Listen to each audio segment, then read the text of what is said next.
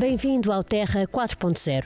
Chefe do restaurante Corrupio, no Cais de Sodré, em Lisboa, Daniel Ferreira conjuga ao balcão, onde recebe diariamente clientes de todos os cantos do mundo, dois ingredientes usados na dieta mediterrânica: mel e queijo de cabra, para criar uma sobremesa de assinatura consumida antigamente só em dias de festa. Isto é um pudim das Clarissas, numa interpretação que nós decidimos fazer aqui com este superalimento que será o mel. Nós aqui decidimos fazer uma receita completamente diferente. Trocámos o açúcar pelo mel. Vamos usar um mel da Lausanne, que é um mel DOP, é um mel de urze, é um mel mais amargo. É um pudim, claramente, com algumas nuances de fortes, muito doce, mas que depois nós contrabalançamos aqui com estes morangos e estas fisálias. Juntamos um queijo de cabra para contrabalançar, que eu adoro doces e salgados, e acaba por fazer aqui um contraste muito engraçado. O contraste entre o doce do mel e o salgado do queijo de cabra foi inicialmente um acidente culinário, mas acabou por levar à transformação de uma receita tradicional num prato inovador e de excelência. Basicamente o mel começou por ser uma iguaria, em que na altura não existia o açúcar e nós usávamos o mel como adoçante de tudo. No início usava-se tudo o que era em bolos, usava-se o mel. Antigamente também se dizia que o mel dava longevidade e que as pessoas usavam-no para viver mais. É um superalimento, está cheio de vitaminas, cheio de propriedades medicinais e que claramente acho que faz todo o sentido ser falado como um dos produtos mais importantes da nossa dieta. O queijo, claro, também é algo que desde cedo que está na nossa alimentação. Existem milhares de queijos de milhares de zonas diferentes, todos variam. Antigamente usava-se muito o mel e o queijo. Muitas alimentações eram com base disso, era o que a terra nos dava. Uma sobremesa inspirada no pudim das Clarissas e transportada pelo jovem chefe de 27 anos para uma cozinha mais contemporânea.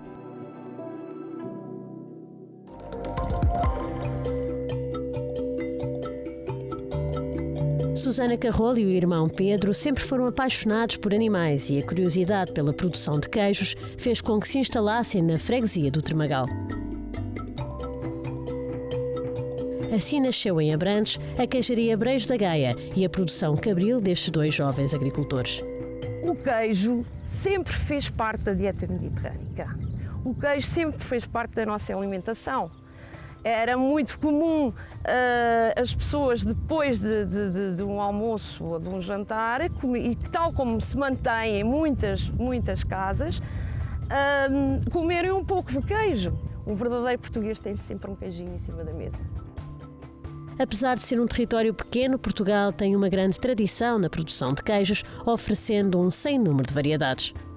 E como o modo de produção evoluiu ao longo dos tempos, devido às novas tecnologias, a oferta é cada vez maior.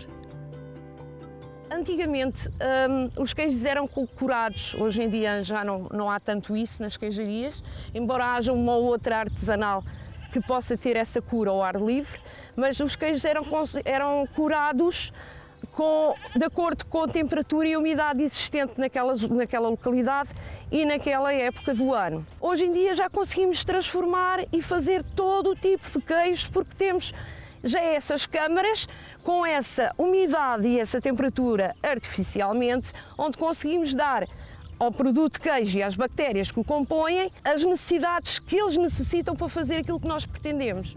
O Brejo da Gaia é a casa das mais de 600 cabras murciano-granadina que todos os dias são tratadas recorrendo a tecnologias de ordenha mecânica. A produção ronda os 600 litros de leite ao dia. Dá-me a ideia que se continua a consumir queijo e a apreciar queijo, ou pelo menos continua a haver um nicho de portugueses que continua com aquele queijo que é parecido com o queijo que a avó fazia, ou que a tia fazia, ou que comprava na terra tal. Ainda continua a haver o gosto pelo artesanal e pelo tradicional, e pelo sabor genuíno, e pelo nosso queijo português.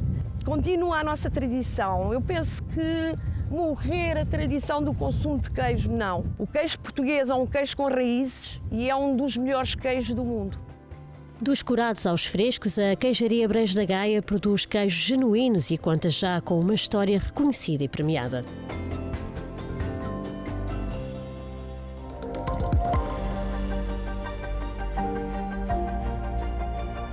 Nascido e criado em Arganil, Rui Carvalho cedo percebeu que queria seguir os passos do avô, apicultor.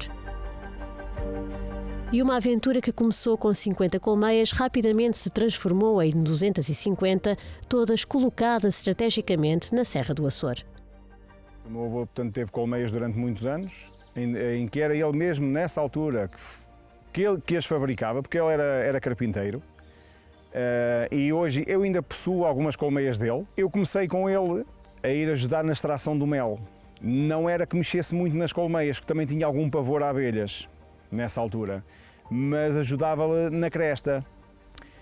E comecei aí a ver que era um mundo fantástico, um mundo das abelhas. O jovem apicultor chega a produzir em Corgas cerca de 4 toneladas de mel por ano. O mel que recentemente foi premiado no Concurso Nacional de Mel com a medalha de bronze na classe Mel de Urzes DOP. O mel faz parte da dieta mediterrânica, está muito presente na nossa gastronomia e é muito benéfico para a nossa saúde. O nosso mel daqui, portanto, há vários tipos de meis, há o mel de urze, há o mel multifloral, há o mel de rosmaninho, o mel de eucalipto, portanto, todos eles têm tonalidades diferentes. Portanto, o mel de urze é um mel mais escuro, tem a tal intensidade, a gente nota-se um bocado até por vezes mais agressivo, é um mel mais intenso.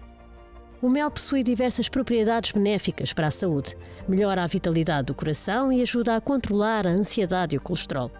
Rico em minerais, vitamina C e ferro, o mel estimula ainda o aumento da imunidade do organismo. Penso que cada vez se está a consumir mais mel. E eu tenho essa experiência porque todo o mel que eu produzo, e o ano passado, por exemplo, produzi 4 toneladas e o mel escasseou. Normalmente as pessoas só associavam o mel à altura do inverno para as gripes e constipações. As pessoas cada vez mais estão a usufruir do mel, portanto, a usar o mel, não só comer o mel diretamente do frasco, mas também na culinária, mesmo em restaurantes. O mel acho que até está na moda.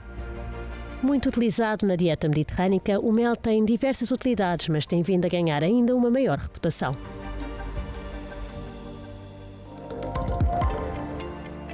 Ficamos agora com histórias e curiosidades com o conceituado chefe Hélio Loureiro. O mel é um alimento da dieta mediterrânica, mas sendo altamente calórico, deve ser consumido com parcimónia. A história do mel é longa e muito antiga, e os registros mais antigos datam de 8.000 anos antes de Cristo e estão registados em pinturas rupestres nas cuevas de Las Aranhas, em Espanha. Durante muito tempo, este alimento foi a única fonte de açúcar para consumo humano, como referenciado no livro do Êxodo, da terra que emana leite e mel, como o alimento da terra prometida. O mel varia de acordo com as plantas que provêm o néctar, o terreno e a espécie das abelhas, que pode alterar a cor e o aroma e o sabor. A coloração mais comum é o amarelo escuro, mas pode variar entre o branco e o castanho. Quanto mais claro, mais suave em aroma e sabor, porém menos rico em proteínas e sais minerais. Encontramos no receituário português centenas de biscoitos, broas, bolos, pudins, mas também na botica, em xaropes e meiazinhas que ficaram nas nossas memórias de infância. Mas também o gosto agridoce tão medievo leva-nos a encontrar receitas como aquelas suculentas carnes de bovino e caprino e de suíno com mostarda e mel.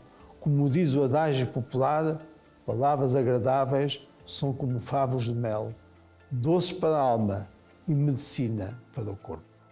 E por hoje ficamos por aqui. Voltamos na próxima semana com mais um chefe e novos produtores. Até lá, reveja o Terra 4.0 na RTP Play.